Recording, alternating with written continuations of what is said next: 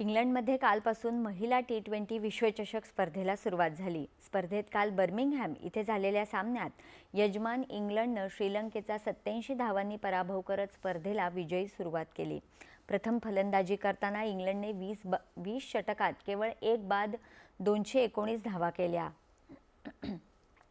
डॅनी हॉजनं नाबाद 105 धावा केल्या। तिला ॲमी जोन्सनं 53 तर नॅट ब्रंटनं 46 धावा करत चांगली साथ दिली। ॲमी आणि डॅनी यांनी पहिल्या गड्यासाठी 135 धावांची भागीदारी केली। प्रत्युत्तरात श्रीलंकेच्या कोणत्याही जोडीला मोठी खेळी करता आली नाही। ठराविक अंतरावर त्यांचे गडी बाद होत गेले। अखेर 132 धावात त्यांचा संघ बाद झाला। डॅनी हॉजला सामनावीर घोषित करण्यात आलं।